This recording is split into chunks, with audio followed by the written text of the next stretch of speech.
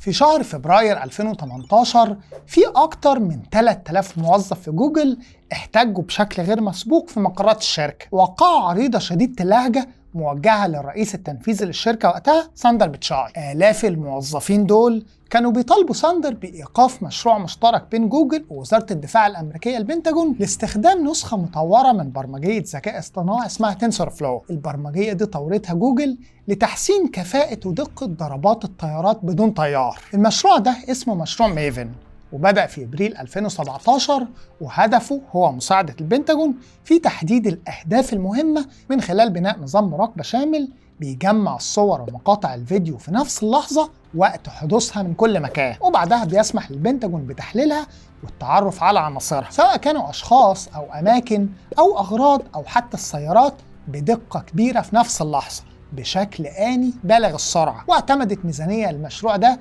تقدر ب$250 مليار تقريبا. الاحتجاجات دي كان لها سبب وجيه جدا من وجهة نظر منظميها، وهو ان التقنيات الحديثة اللي تم ابتكارها علشان تحسين حياة الناس مش من الطبيعي توجيهها لتطوير أدوات تسهل قتلهم، وما ينفعش الشركات التقنية اللي بتوجه منتجاتها لكل البشر تتحول لشركات أسلحة بتتربح من الموت. في النهاية نجح موظفو جوجل في الضغط على ساندر بيتشاي للانسحاب من المشروع، وتعهد ان جوجل مش هتوظف ابدا الذكاء الاصطناعي في تقنيات الاسلحه او في اي مشاريع بتستهدف حياه البشر او سلامتهم. ورغم ان صاحبنا ساندر ومسؤولي جوجل ما التزموش بدقه بوعدهم ده لموظفيهم زي ما هنوضح بعد شويه، الا اننا نقدر نقول ان جوجل كانت في الوقت ده متأخرة جدا عن نظرائها من عمالقة التقنية في الاستفادة من عقود الدفاع والوكالات الأمنية الأمريكية. وخليني أقول لكم إن مبلغ $250 مليار ده يعتبر فكة بالنسبة للأرباح اللي حققتها الشركات التقنية من العقود الأمنية والعسكرية. طب تطلع قد إيه الأرباح دي؟ بصوا يا جماعة، في كيان اسمه بيج تك سيلز وور أو عمالقة التقنية يبيعون الحرب. دي مبادرة مستقلة هدفها تسليط الضوء على العلاقة بين شركات التقنية الكبرى وبالأخص البيج 5 أو الخمسة الكبار اللي هم أمازون وألفابت وميتا وأبل ومايكروسوفت، وبين آلة الحرب الأمريكية. المبادرة دي بقى قدرت قيمة العقود اللي حصلت عليها الشركات العملاقة وغيرهم من وزارة الدفاع ووزارة الأمن الداخلي، يعني من وزارتين بس في أمريكا، بأكتر من $44 مليار من 2004 ولحد اللحظة اللي بنتكلم فيها دي. المبلغ الكبير ده كله اتدفع لشراء مكونات وتطبيقات عسكرية استخدمت في الحروب والعمليات العسكرية الأمريكية في كل مكان في العالم، وعلى رأسهم للأسف الشرق الأوسط. ده غير أنه رقم مرشح لزيادة كبيرة في المستقبل مع اتجاه وزارة الدفاع وأجهزة الأمن الأمريكية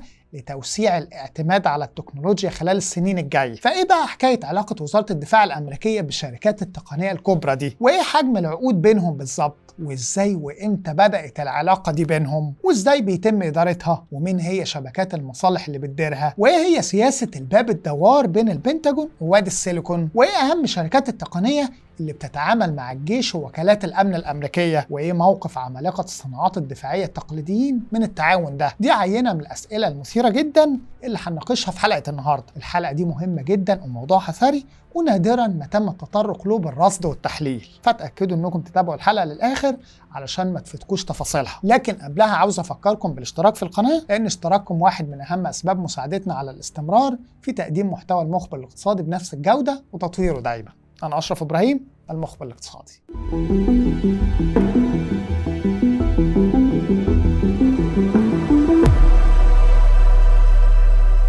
الحلقة دي برعاية إيفست، وهي شركة استثمارات وتداول عالمية ومرخصة من هيئات عامة للرقابة المالية. تقدر تستثمر مع منصة إيفست لو كنت مبتدئ أو ما عندكش وقت.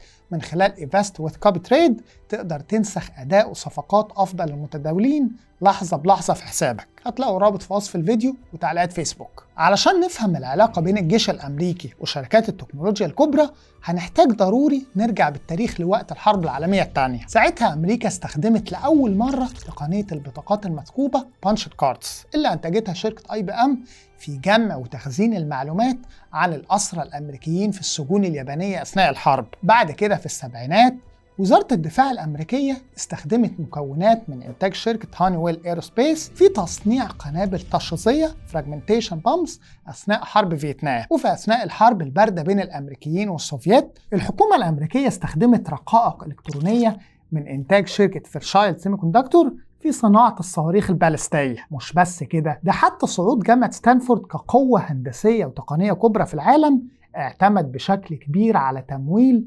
بملايين الدولارات من وزارة الدفاع الأمريكية لأبحاثها التكنولوجية. باختصار، البنتاجون لعب دور رئيسي في تمويل البحث عن تقنيات جديدة في وادي السيليكون ونشرها واستخدامها، من الرادارات لأشباه المواصلات، وطبعا تطويعها لأغراض عسكرية. ومش بس كده، دي الشركات العسكرية الكبيرة المتعاقدة مع البنتاجون كانت بتبني أسلحتها في قلب وادي السيليكون، زي شركة لوكهيد مارتن اللي كانت ولا تزال بتبني صواريخها وأسلحتها في منطقة سانيفيل واقعة بين ماونتن فيو مكان المقر الرئيسي لشركات ألفابت، وكوبرتينو مكان المقر الرئيسي لشركة أبل. الحاجة المتزايدة للتكنولوجيا لدعم آلة الحرب الأمريكية دفعت البنتاجون في نهاية الستينات لتأسيس وكالة الأبحاث المتقدمة أربا، واللي اسمها اتغير بعد كده لوكالة أبحاث الدفاع المتقدمة المعروفة اختصارا بداربا، واللي يمكن معظمنا يسمع عنها ويعرف إنها الوكالة اللي ابتكرت شبكة اتصالات داخلية متقدمة بين وحدات وزارة الدفاع الأمريكية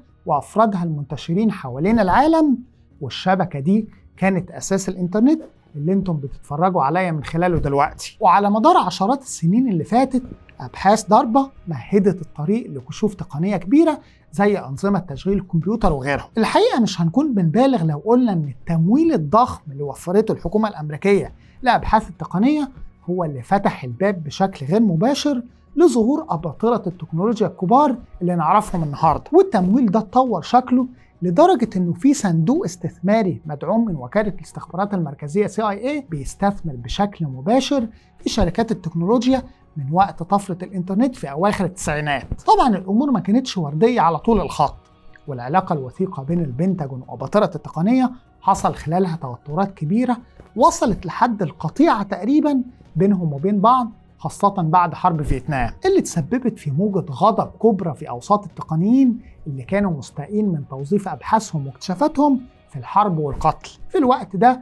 قررت العديد من الشركات الناشئة تعليق أي عمل ليها مع وزارة الدفاع الأمريكية، وقامت جامعة ستانفورد قالت للبنتاجون مش هتطوروا عندنا تقنيات تاني، وحظرت الأبحاث السرية العسكرية في حرمها الجامعي في بال ألتو. الفجوة دي اتطورت على مدار السنين اللي فاتت وحتى الآن، ونشأ معاها جيل من التقنيين المتشككين في العلاقات بين شركات التقنية والصناعات الدفاعية. والجيل ده بقى بيشغل العديد من المواقع الإدارية والفنية المهمة في شركات وادي السيليكون. لكن رغم كل ده فضلت الوكالات الأمنية والدفاعية الأمريكية محافظة على استثماراتها في شركات التقنية. امتى بقى الفريقين اتصالحوا تاني مع بعض؟ باختصار كده نقدر نقول إن المصالحة دي حصلت بشكل تقليدي مع مرور الوقت، وتحول أولويات المعارك الأمريكية من الشرق الأوسط في آخر كام سنة لأعداء واضحين شوية، بجانب التحديات والمنافسة التقنية اللي بتواجهها أمريكا من الصين وأحيانا العدو التقليدي روسيا، واللي قللت المشاكل الأخلاقية في عيون التقنيين الأمريكيين. لكن لو حبينا نركز على محطة بعينها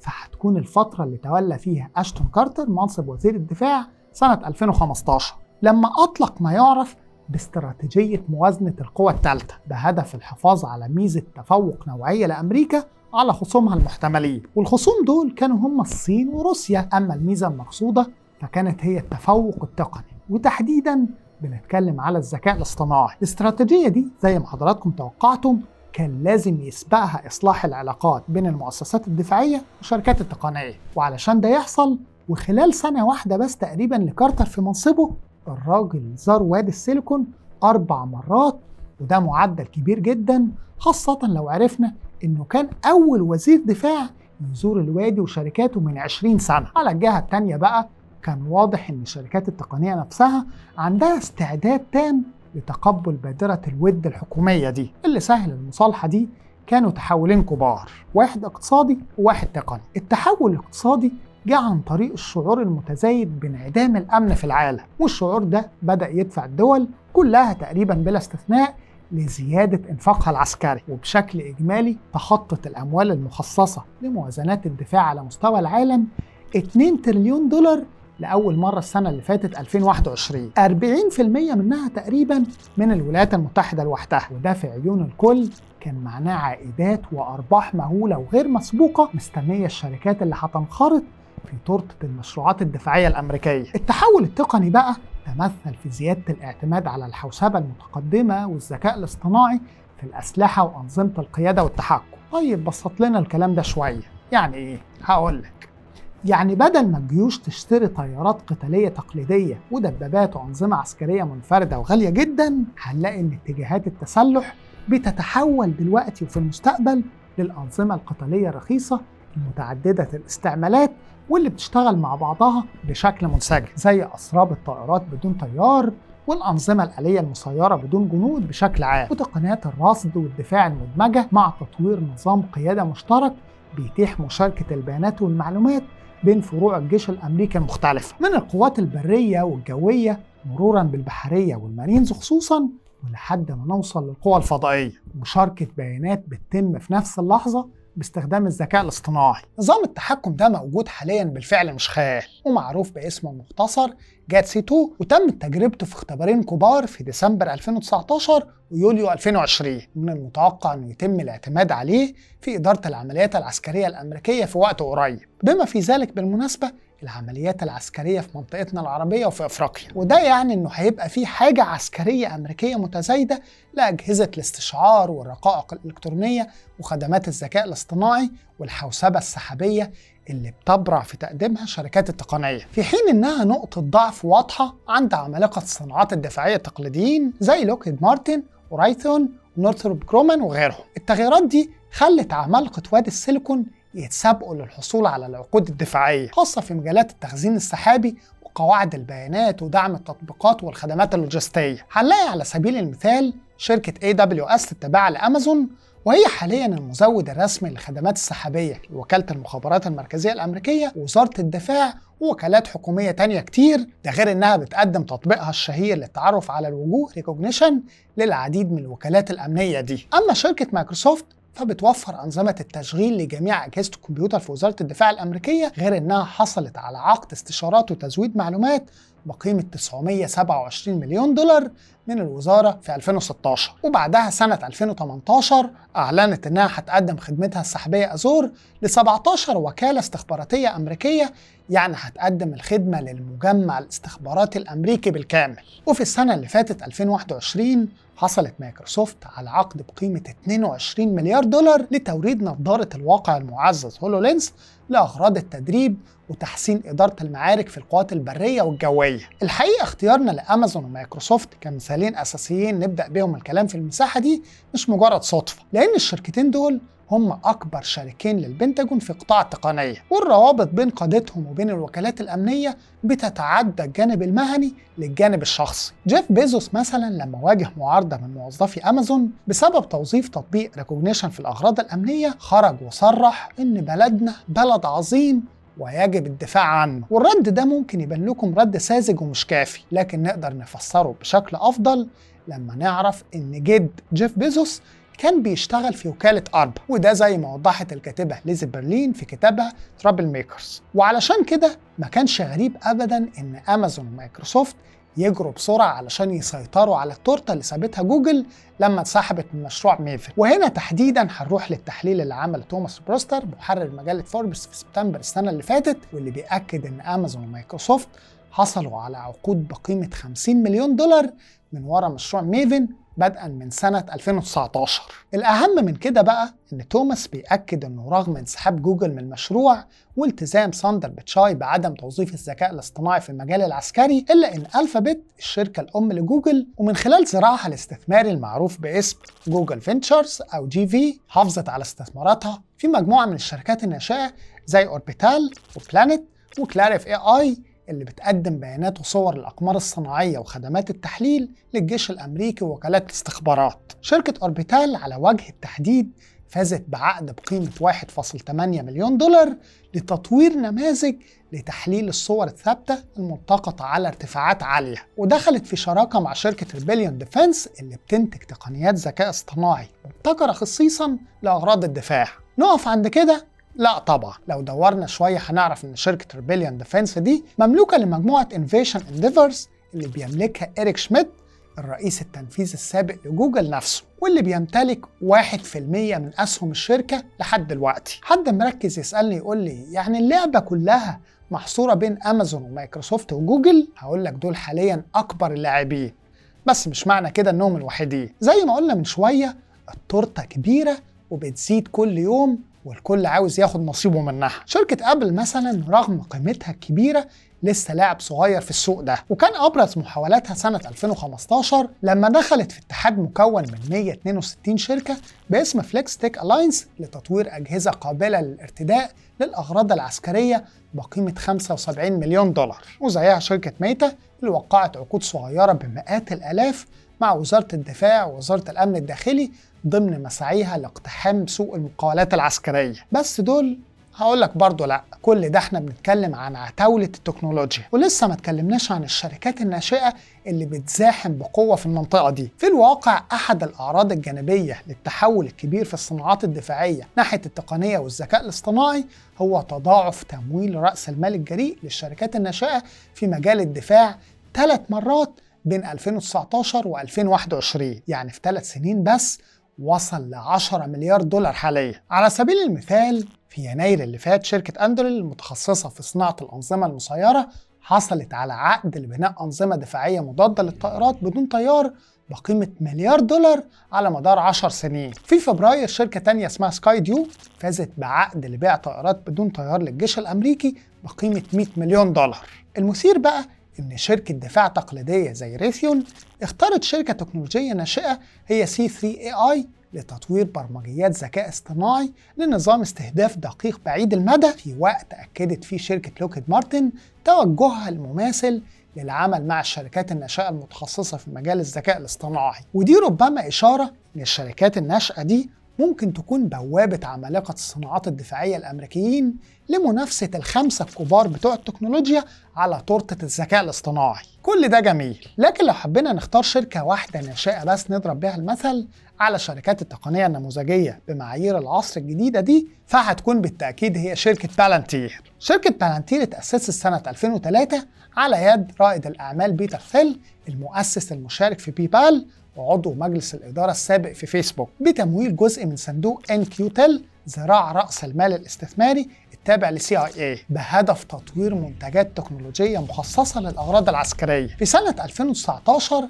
فازت بالانتير بأكبر عقد حكومي في تاريخها لبناء نظام استخبارات لمساعدة الجنود في البيئات النائية عن طريق تقديم خرائط وبيانات محدثة لحظة بلحظة عن الأماكن اللي حواليهم باسم CGSA بعد نزاع قانوني كبير على العقد اللي قيمته 800 مليون دولار مع شركة ريثيون. وفي شهر سبتمبر اللي فات ده حصلت الشركة على عقد جديد بقيمة 229 مليون دولار على مدار عام لتوفير الذكاء الاصطناعي وقدرات التعلم الآلي للقوات الخاصة وهيئة الأركان المشتركة وجميع فروع القوات المسلحة الأمريكية. القيمة السوقية لبالانتير حالياً حوالي 16.5 مليار دولار، ورغم ان دي قيمة قليلة بالنسبة للشركات العملاقة في سوق التقنية، إلا ان بالانتير تحديداً نموذج مهم للجيل الجديد من شركات الذكاء الاصطناعي اللي نشأت بالأساس لغرض عسكري. في مثال واضح على مواسم التزاوج المستمرة بين الصناعات التكنولوجية والعسكرية. طبعا الأمثلة الأقل وضوحا على التزاوج ده ما تتعدش، لكن خلونا نمر على شوية منها كده علشان مهمة جدا، ونشوف لاعبي ووسطاء القوة بين التكنولوجيا والقطاع العسكري في أمريكا.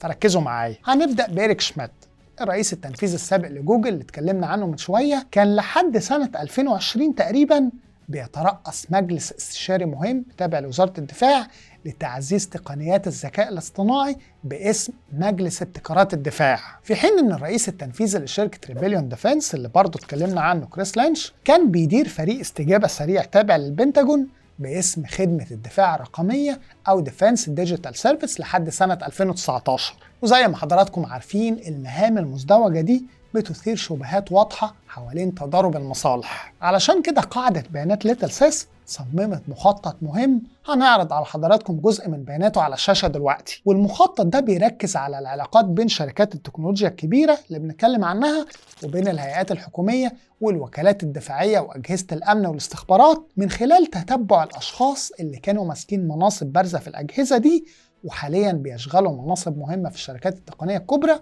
فيما يعرف بسياسة الباب الدوار. عندنا مثلا جوزيف روزيك المدير التنفيذي للأمن الداخلي ومكافحة الإرهاب في شركة مايكروسوفت حاليا، واللي هنلاقي إنه اشتغل أكتر من 30 سنة في مناصب سياسية وحكومية في البيت الأبيض ووزارة الدفاع، ويعتبر واحد من مؤسسي وزارة الأمن الداخلي الأمريكية DHS سنة 2002، وبرضه يعتبر أحد مهندسي استراتيجية الدفاع الوطنية بعد أحداث 11 سبتمبر. وزيه كمان ستيف باندلدس بيشتغل حاليا مدير خدمات الأمن في شركة خدمات الحوسبة السحابية AWS الخاصة بأمازون، بعد ما اشتغل لفترة طويلة في عدد من الهيئات الأمنية الأمريكية الكبرى ومنها وكالة الأمن القومي NSA ومكتب التحقيقات الفيدرالي FBI وحتى وكالة المخابرات المركزية CIA. أما بقى نيك لوفرين نائب رئيس شركة ميتا الشركة الأم لفيسبوك وكبير مسؤول الأمن هناك، فكان شغال قبل كده مشرف على عمليات مكافحة الإرهاب في وكالة المخابرات المركزية، بالإضافة لدوره السابق كعضو في المجلس الاستشاري للأمن الخارجي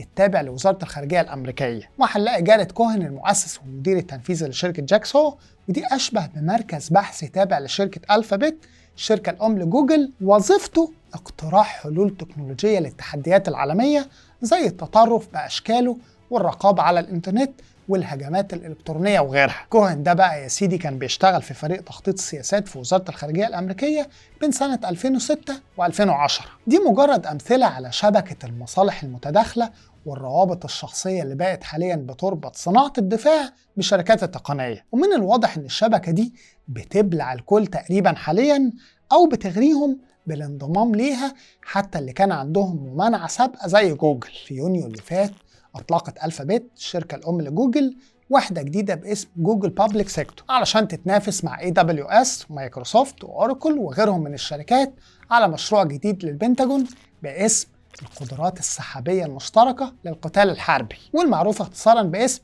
JWCC. وده مشروع بقيمة 9 مليار دولار لتوفير الخدمات السحابية للأغراض الدفاعية لمدة 5 سنين، واللي بيعتبر نموذج مثالي لدمج عمالقة التقنية مجتمعين في مشروع تقني عسكري. حد منكم هيسألني سؤال مهم: هل معنى كل الكلام اللي فات ده إن انخراط شركات التكنولوجيا في أعمال الحرب خلال الفترة الجاية أمر مفيش مفر منه؟ ويا ترى إيه مصير شركات الأسلحة التقليدية اللي هتخسر جزء كبير من نفوذها ومصالحها في العركة دي؟ في البداية خلونا ننوه إن حصة شركات التقنية سواء الشركات العملاقة أو الناشئة من عقود مشتريات الدفاع الأمريكية لسه لحد اللحظة قليلة جدا. وعلشان تستوعب ليه قليلة، احنا بنتكلم عن أكتر من تريليون دولار من مشتريات الدفاع الأمريكية من سنة 2016 لحد دلوقتي، يعني حوالي 140 مليار دولار في السنة تقريبا. يعني كل الأرقام اللي اتكلمنا فيها من شوية دي لسه يدوب يعتبر شوية فكة في بحر الفلوس دي. الأهم من كده إن سجل التعاون الحديث بين الهيئات الدفاعية الأمريكية وشركات التكنولوجيا ما كانش أبدا خالي من المشاكل والفشل. على سبيل المثال مشروع أبل لتطوير أجهزة قابلة للارتداء للاستخدامات العسكرية تقريبا فشل وما طلعش إنتاج يذكر حتى اللحظة دي. الأهم إنه في يوليو 2021 البنتاجون ألغى عقد بقيمة 10 مليار دولار لبناء منصة حوسبة سحابية اسمها JEDI أو البنية التحتية المشتركة للدفاع المؤسسي. كان مقرر ليها تدير الجزء الأكبر من البنية التحتية الرقمية لوزارة الدفاع من تخزين البيانات لتحليل الصور لترجمة المكالمات الهاتفية اللي بتعترضها هيئات الاستخبارات التابعة للوزارة، بعد معركة قانونية كبيرة حوالين العقد بين جوجل وشركة AWS. وده المشروع اللي تم استبداله مؤخرا بمشروع JWCC اللي اتكلمنا عنه من شوية. وحتى صفقة نظارات هولو لينس الكبيرة مع مايكروسوفت متأخرة كتير عن جدولها الزمني. مش بس كده، ده كمان شركة بالانتير فاجأت المستثمرين وأسهمها هبطت بنسبة 10% بعد ما حققت خسائر في الربع الثاني من العام الحالي. نضيف لده كله بقى إن شركات الدفاع التقليدية المحتكر التاريخي للعقود دي لا تزال بتمتلك نفوذ قوي جدا في المؤسسات الدفاعية بتوظف جيوش ضخمة جدا من جماعات الضغط اللي بتستثمر كل جهودها علشان تعطل العقود الكبيرة مع شركات التقنية وتطور العلاقة بينها وبين الهيئات العسكرية والأمنية هناك. لحد هنا أنا خلصت كلامي، وكالعادة قبل ما أختم عندي سؤال لحضراتكم. هل شايفين إن من حق شركات التكنولوجيا إنها تنخرط في عقود وأنشطة ذات طابع عسكري بهدف زيادة ربحها من غير ما تبص لأي مرجع أخلاقي، ولا النوع ده من النشاط بيتعارض مع صورتها ومهمتها الرئيسية المفترضة في توظيف التكنولوجيا لخدمة البشر بس؟ هتابع آرائكم كلها في التعليقات، ويا ريت لو عجبتكم الحلقة دي تعملوا لايك وشير للفيديو، وأهم حاجة تحكوا لأصحابكم وحبايبكم عننا يمكن يستفيدوا. ما تنسوش تشتركوا في القناة ضروري زي ما اتفقنا. سلام.